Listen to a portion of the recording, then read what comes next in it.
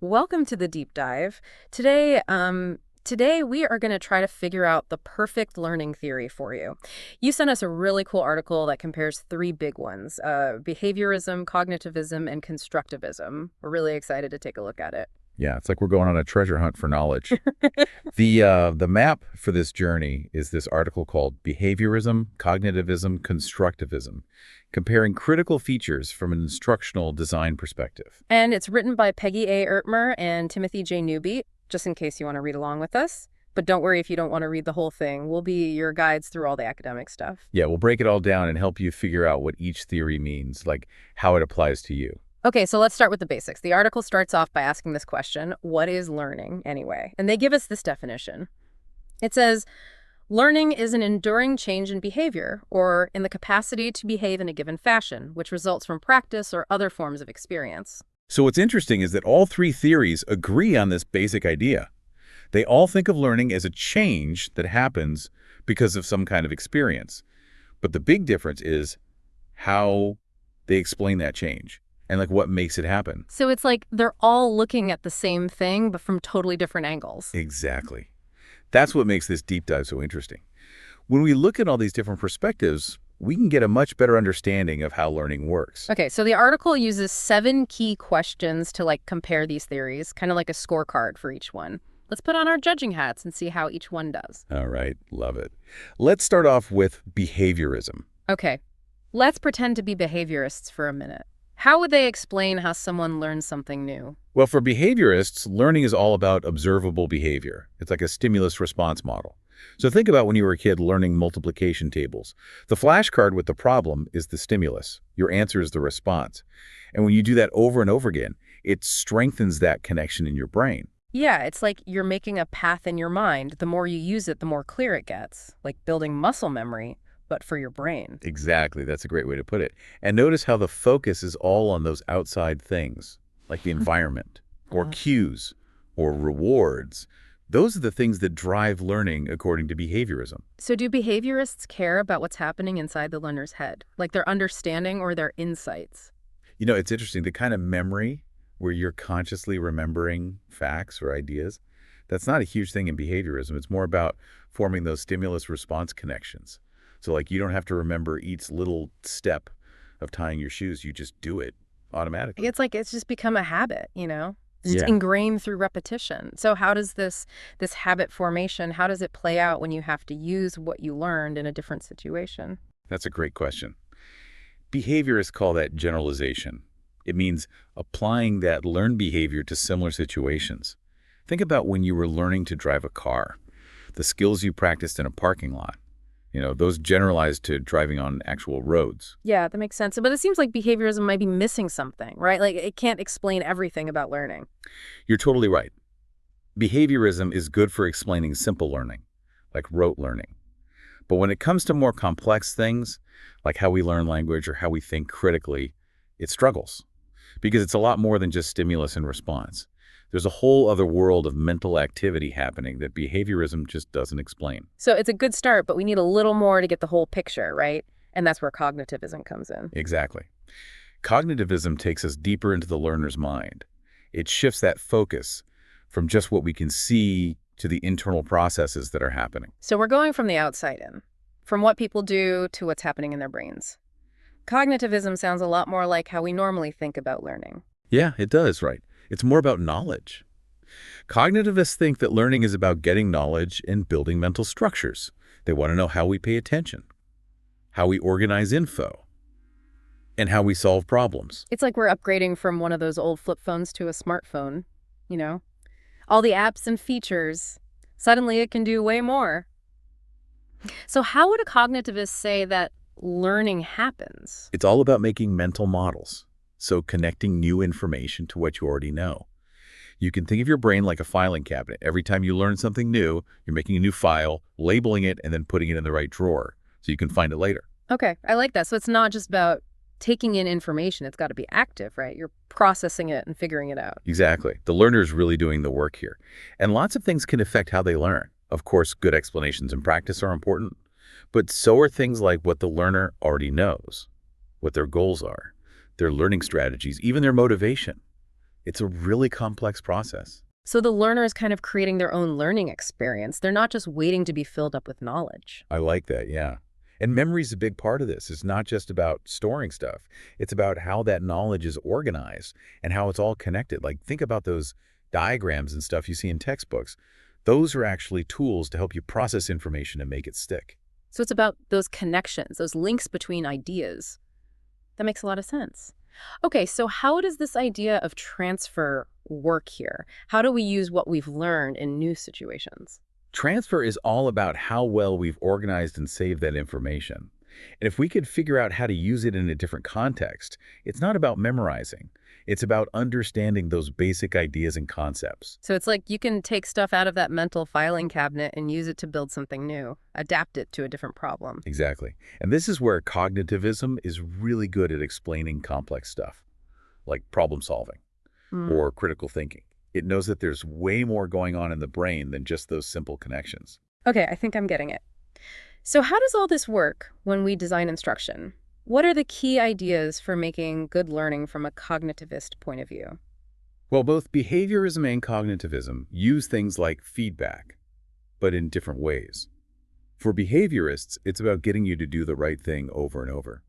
But for cognitivists, it's about giving you information to help you improve your mental models and make better connections. So it's less about rewards and punishments and more about helping someone understand. Right. And think about things like giving info in a clear way, using examples that connect to what the learner already knows, and then letting them practice using that knowledge in different ways. So you're basically setting them up to succeed by helping them build those mental structures, making sure their filing cabinets are neat and tidy. Exactly. Okay, so before we go on to constructivism, are there any problems with the cognitivist approach? Yeah, I was wondering about that. Does it miss anything?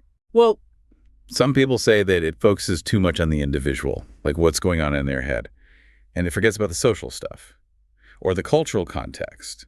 Constructivism is going to look at that. Okay, I'm interested. So on to constructivism. The article calls it the new kid on the block. But it sounds like it could be the biggest change in thinking about learning. Even though it's built on older ideas, constructivism has gotten a lot of attention lately, and for good reason. It's a really powerful way to think about learning, especially with how complex our world is becoming. Okay, so tell me the basics. How does learning happen in the constructivist world? Constructivism changes the focus from getting knowledge to making meaning. It's not about just passively taking information in. It's about actively building your understanding through experience and interactions. So does that mean everyone sees the world differently? Like they have a totally different reality in their heads? That's kind of crazy to think about. In a way, yes. But it doesn't happen alone. Constructivism says that what matters is the interaction between the learner and the environment. Knowledge isn't just out there waiting to be discovered. It's made through how the learner interacts with the world. I really like that idea. It's like the learner is a detective trying to figure out clues to understand things. They're not just memorizing from a book. They're out there doing things, experiencing stuff, and making sense of it all. Exactly. That's why using knowledge in real-world situations is so important.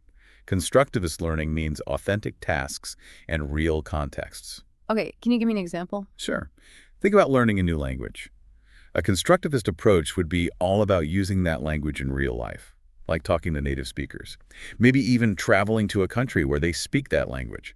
It's about living the language, not just memorizing words and grammar. Yeah, that makes way more sense than just sitting in a classroom. Yeah. Right? You learn by doing, not just by listening or reading. Right. Think about apprenticeships, internships, or projects. Those are all constructivist. So it's all about actually using what you know, right? Exactly. And because knowledge is connected to where and when you learn it, memory works that way too.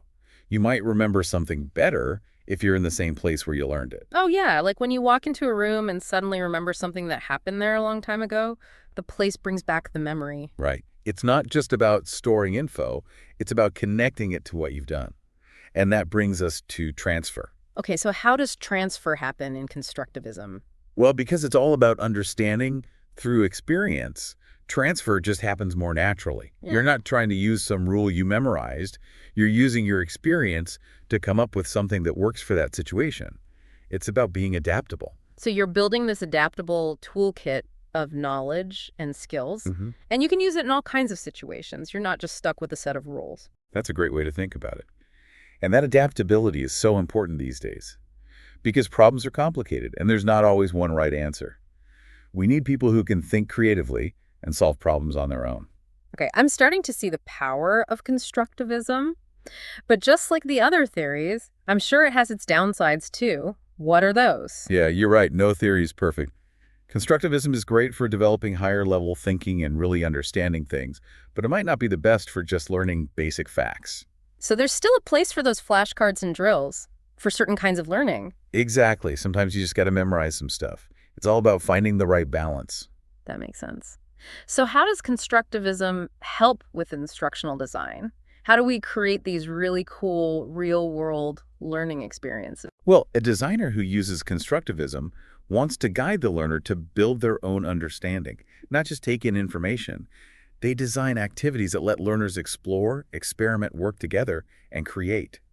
Think about making learning relevant to the real world, giving learners control over what they learn, showing information in different ways, encouraging them to solve problems and think critically, and then evaluating them on if they can actually use what they've learned.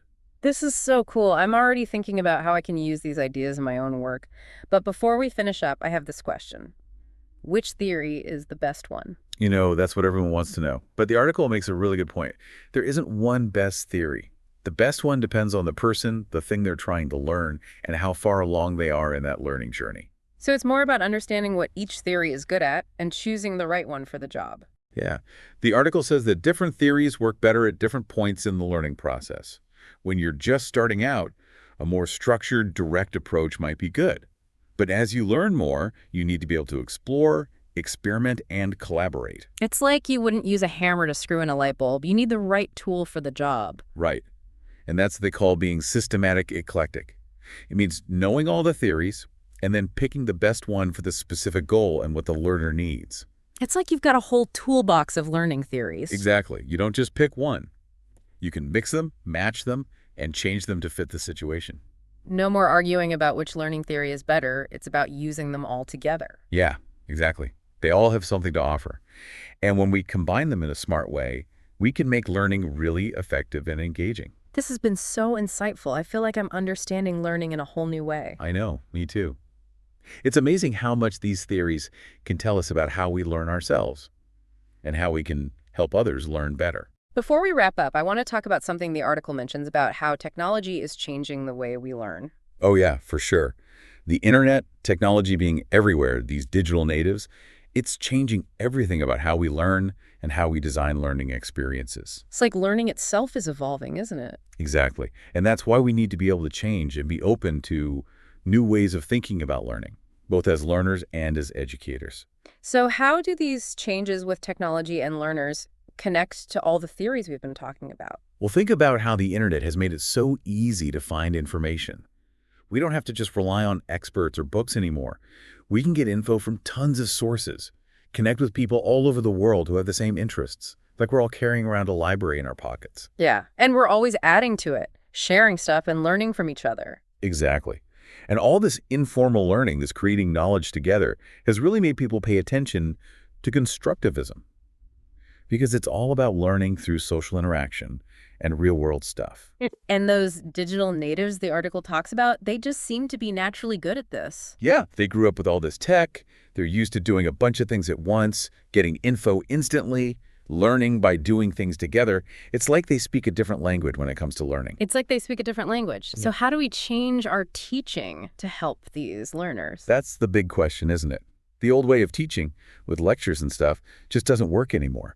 We need to make learning more engaging, more interactive, and use technology. So, like, what are some specific things we could do? Think about problem-based learning, where students work together to solve real-world problems, or online communities, where people can connect with others and experts from anywhere, and of course mobile learning, where you can learn anywhere, anytime. Yeah, so it's not about being in a classroom anymore. Learning can happen anywhere. Exactly. It's not limited to certain times and places anymore. It's happening all the time, all around us. This is so exciting, but I bet it's also tricky for people who design learning experiences. Oh, definitely. We need to be constantly changing our methods to keep up with all this new tech and the way people learn now. We need to be creative and adaptable and be willing to try new stuff.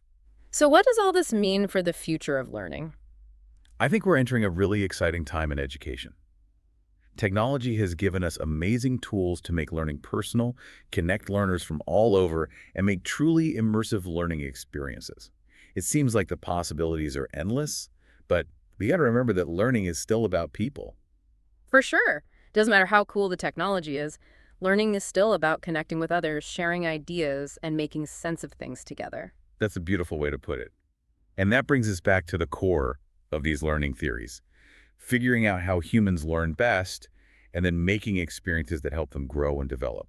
I think the people who wrote the article said it perfectly. They said, we need the behaviorists' triad of practice reinforcement feedback to enlarge learning and memory. We need purpose, decision, values, understanding the cognitive categories, lest learning be mere behavioral activities rather than action. That's a great quote. It reminds us that we need both structure and freedom, practice and purpose, to really make learning meaningful. And to that I'd add, we need to help people become adaptable learners. Learners who are curious, resourceful, and resilient, who can handle uncertainty and solve tough problems. That's a great vision for what learning could be. It's not just about knowing stuff. It's about developing the skills to live in a world that's always changing and getting more complex. Speaking of adaptable learners, the article ends with this quote. It says, we also need adaptive learners who are able to function well when optimal conditions do not exist, when situations are unpredictable and task demands change, when the problems are messy and ill-formed and the solutions depend on inventiveness, improvisation, discussion, and social negotiation. Whoa, that's a powerful statement. It's challenging all of us, not just people who design learning, but everyone. How can we become more adaptable like that? More flexible, better at solving problems? It's a really good question. It feels like we need to unlearn some of those old ways of learning, like just passively taking things in, and be more active, explore more. What do you think? I think you're right. It's about always wanting to learn new things, being curious, trying new things, even if it's outside your comfort zone. Don't be afraid to try and maybe fail and then learn from those mistakes. And maybe we got to let go of this idea that there's always one right answer. Sometimes it's about the journey, not just the destination. Totally. It's about being okay with not knowing everything right away, being open to different ideas, different ways of looking at things. Thinking about those three theories, it seems like constructivism is really good for this kind of learning, don't you think? For sure. It's all about actively learning, figuring things out through actually doing stuff. And it knows that learning is social. We learn best when we're talking to others, sharing ideas, working on problems together. This whole deep dive has given me so much to think about, not just for designing learning for other people, but also how I learn myself. Me too. I think that's why it's so cool to explore these theories. They give us practical stuff, but they also make us think about our own learning, how to be better learners ourselves. Well, I think we've reached the end of this deep dive. But like always, the learning doesn't have to stop here. We've given you some good tools and ideas. Now it's your turn to use them. Right. Keep thinking, stay curious, and keep on learning.